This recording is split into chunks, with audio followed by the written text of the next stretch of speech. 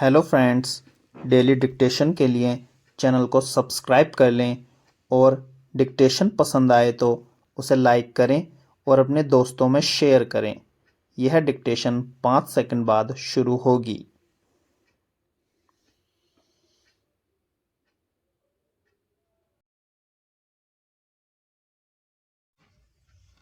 Start. Qatar में भारतीय नौसेना के 8 पूर्व कर्मियों को सुनाई गई मौत की सजा का कम होना राहत की बात है। भारत सरकार इस सजा के विरुद्ध सक्रिय थी और विदेश मंत्रालय ने गुरुवार को यह सुखद खबर दी है। उल्लेखनीय है कि 26 अक्टूबर को 8 भारतीयों को मौत की सजा सुनाई गई थी। इन पर जासूसी संबंधी आरोप लगाया गया था। सजा सुनाए जाने के बाद भारत में चिंता की लहर दौड़ गई थी, क्योंकि यह अपनी तरह का पहला मामला था जिसमें भारतीयों के प्रति ऐसी कड़ाई बरती गई थी। ये पूर्व नौसेना कर्मी कतर की ही एक कंपनी की सेवा में जुटे थे और वहाँ की सेना के प्रशिक्षण से जुड़े थे। इसके बावजूद इन पर जासूसी का आरोप लगाया गया और आनन फानन में सजा सुना दी गई।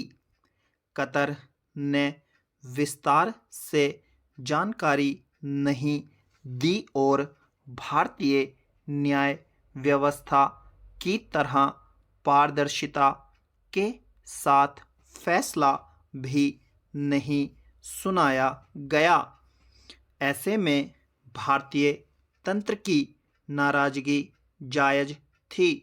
अक्टूबर में सजा सुनाई गई और नवंबर में ही उस कंपनी के मालिक को छोड़ दिया गया, मगर 8 भारतीयों को कैद में रखा गया और उनकी सजा भी कायम रही। अच्छी बात है कि इन भारतीयों के परिजनों को साथ में रखकर भारतीय विदेश मंत्रालय ने अपनी ओर से हर संभव प्रयास किए। मामला अपील अदालत में पहुंचा, जिसके नतीजे सामने हैं कि सजा कम की जा रही है।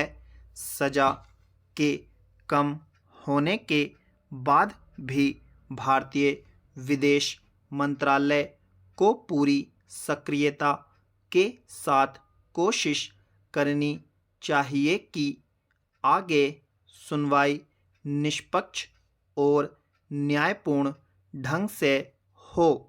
गौर करने की बात है कि इस बार अपील अदालत में भारत के राजदूत, अधिकारी और जेल में बंद पूर्व नौसेना कर्मियों के परिजन भी मौजूद थे। पूर्व नौसेना कर्मियों के परिजनों की पीड़ा को समझा जा सकता है, पर उन्हें आगे भी न्याय के लिए सक्रिय रहना होगा। अभी केवल सजा कम हुई है, आरोपों से बरी होने की कोशिश जरूर होनी चाहिए।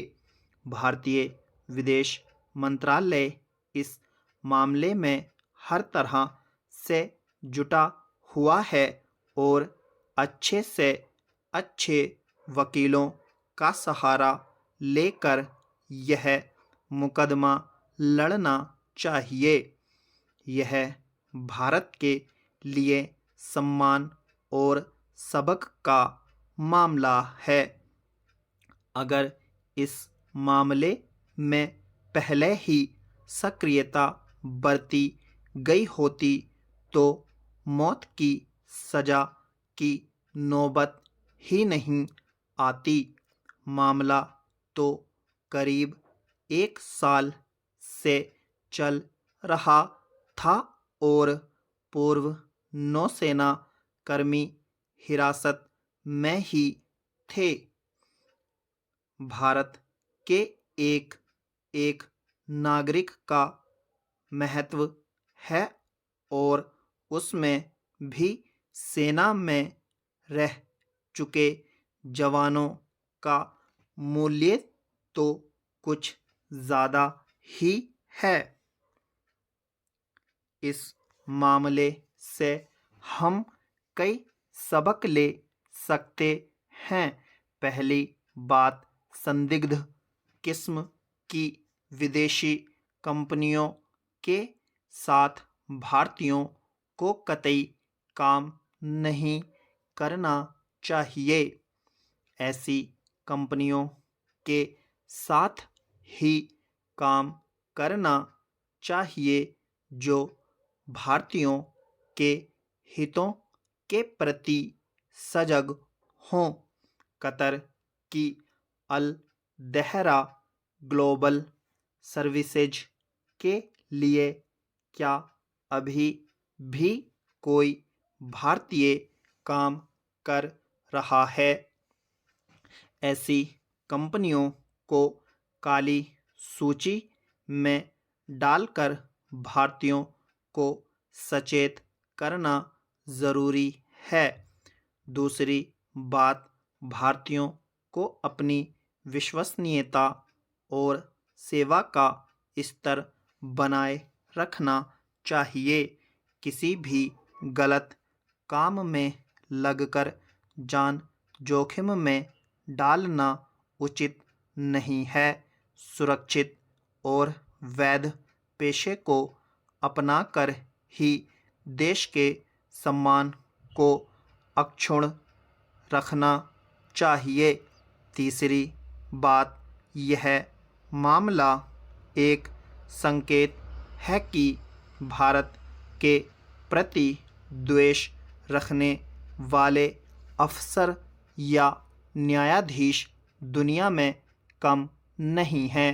अतः ज़रूरी नहीं कि भारतीयों को दुनिया में हर कहीं सहजता से न्याय मिल जाए। यह समय का तकाजा है कि हमें न्याय के लिए संघर्ष करना होगा। स्टॉप।